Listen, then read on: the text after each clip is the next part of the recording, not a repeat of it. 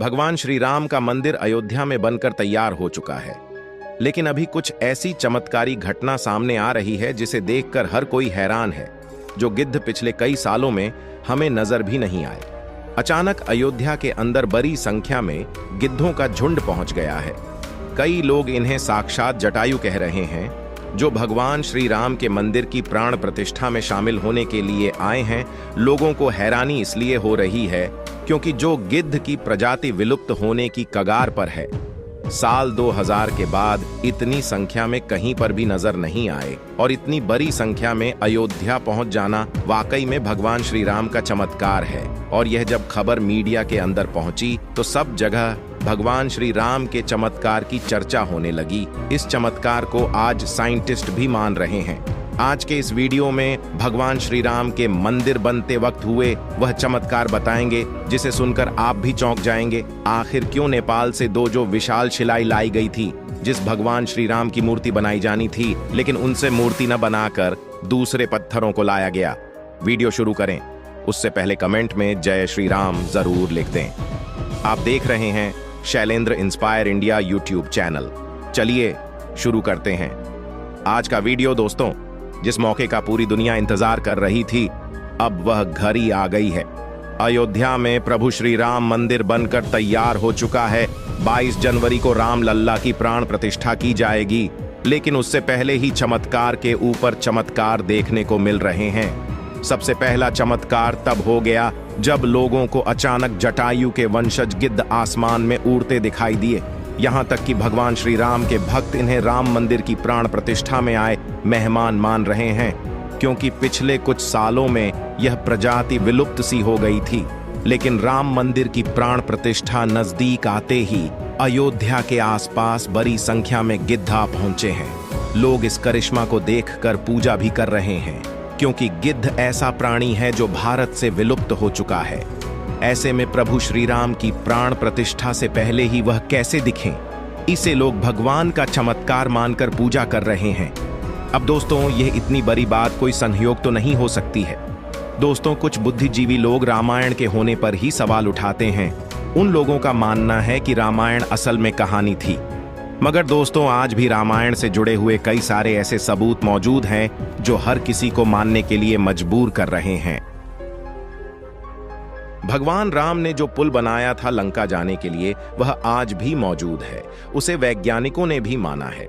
वैज्ञानिकों ने उसे देखकर कह दिया कि यह कोई प्राकृतिक नहीं है, बल्कि इंसानों द्वारा बनाया गया है। और जिस जगह पर वह पुल बनाया गया था, वह आज भी उसी जगह पर मौजूद है।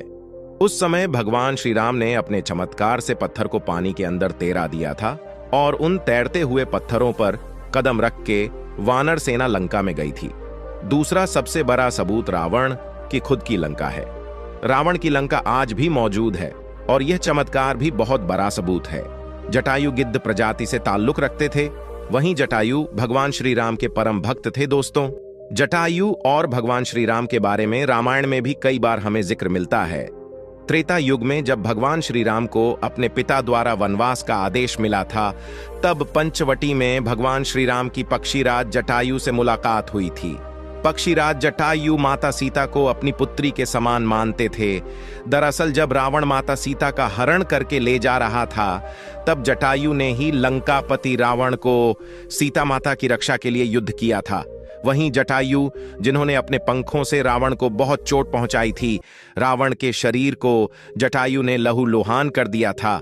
इस संघर्ष में जटायु ने अपने प्राणों की आहुति दी थी। छत्तीसगढ़ के दंडकारण्य में गिद्धराज जटायु का मंदिर है। यह वह स्थान है जब सीता माता का अपहरण कर रावण पुष्पक विमान से लंका जा रहा था, तो सबसे पहले जटायु ने ही रावण को रोका था। राम की राह में जटायु पहले शहीद थे। राम कथा में प्रसंग आता है जब जटायु के भाई संपाति ने कहा कि मेरे पंख कमजोर हैं, मगर आंख दूर की चीजें देख सकती हैं, इसीलिए मैं सीता जी को अशोक वाटिका में बैठी देख रहा हूं। इसलिए लोग इन्हें साक्षात जटायु के वंशज मान रहे हैं। दोस्तों, अयोध्या नगरी के अंदर ही भगवान श्री राम का जन्म हुआ था, जिसका जिक्र वाल्मीकि की रामायण में भी है। सालों तक चले राम राज्य के बाद जब श्री राम ने जल समाधि ले ली, तो अयोध्या नगरी सूनी हो गई। पौराणिक मान्यताओं के अनुसार उज्जैन के राजा विक्रमादित्य जब यहां आखेट करने आए तो उन्हें उजाड़ भूमि पर कुछ चमत्कार दिखाई देने लगे। खोज की तो पता चला कि यह श्री राम की जन्मभूमि है। इसके बाद उन्होंने यहां श्री राम के भव्य मंदिर का निर्माण कराया, जिसमें काले रंग के कसौटी पत्थर वाले 84 स्तंभ थे। समय समय पर यहां राजाओं ने मंदिर की देखभाल की, लेकिन 14वीं शताब्दी में जब भारत में मुगलों का शासन हुआ तो श्री राम जन्मभूमि को नष्ट कर वहां बाबरी मस्जिद बना दी गई। 1525 में राम जन्मभूमि मंदिर को बाबर के सेनापति मीर बाकी ने ध्वस्त करवाया था। बाबरी मस्जिद की 3 गुंबद थी, जिसके बाहरी हिस्से में एक चबूतरे में श्री राम के बाल स्वरूप की पूजा होती थी। इसे राम चबूतरा कहते थे। लेकिन 1950 में बाबरी मस्जिद के मुख्य गुंबद के ठीक नीचे वही मूर्ति निकली, जो सदियों से राम चबूतरे पर विराजमान थी। बाबरी मस्जिद और राम जन्मभूमि मंदिर पर सालों चले विवाद के बाद आखिरकार श्री राम की अपनी जन्मस्थली पर प्राण प्रतिष्ठा हो रही है। अब एक सवाल यह है कि आखिर अयोध्या में भगवान श्री राम की मूर्ति बनाने के लिए नेपाल से 2 विशाल पत्थरों को लाया गया था। इन पत्थरों को लाने के बाद आखिर क्यों उन पत्थरों से मूर्ति नहीं बनाई गई? ऐसी क्या वजह थी कि नेपाल के उन 2 पत्थरों की जगह दूसरे पत्थरों का इस्तेमाल किया गया? दरअसल राम मंदिर के निर्माण का काम पूरा होने के बाद फरवरी में नेपाल के काली गंदगी तट से 2 शिलाएं अयोध्या लाई गई थी।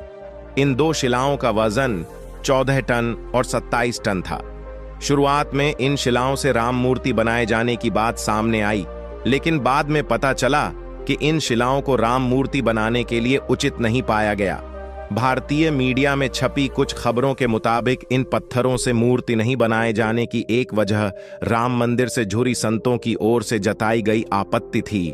खबरों के मुताबिक कुछ संतों का मानना था कि इन पत्थरों को मूर्ति निर्माण में इस्तेमाल नहीं कर सकते, क्योंकि कालिंदी की चट्टानों को तोड़ा नहीं जाना चाहिए, क्योंकि वे शालिग्राम के बराबर है।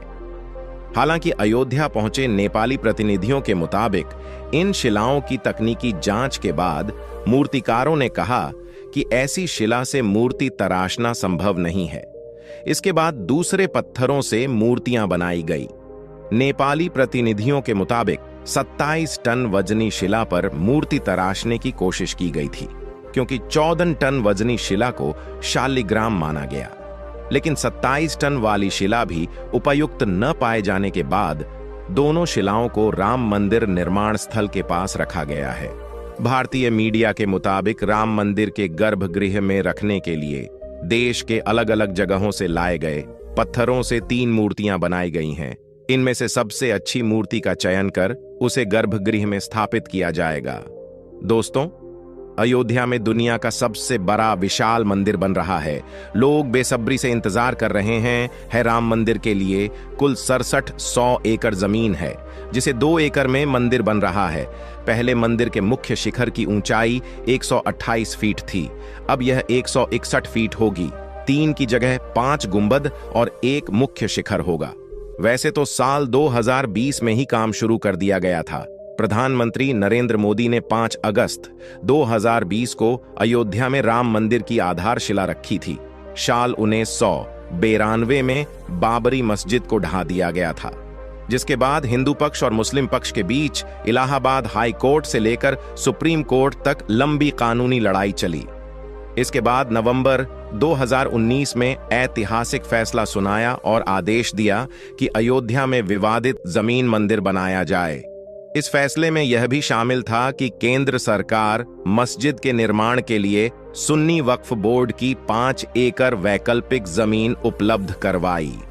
अब दोस्तों, आप इसके लेकर क्या सोचते? कमेंट बॉक्स में जवाब जरूर दें और वीडियो को लाइक, चैनल को सब्सक्राइब जरूर करें।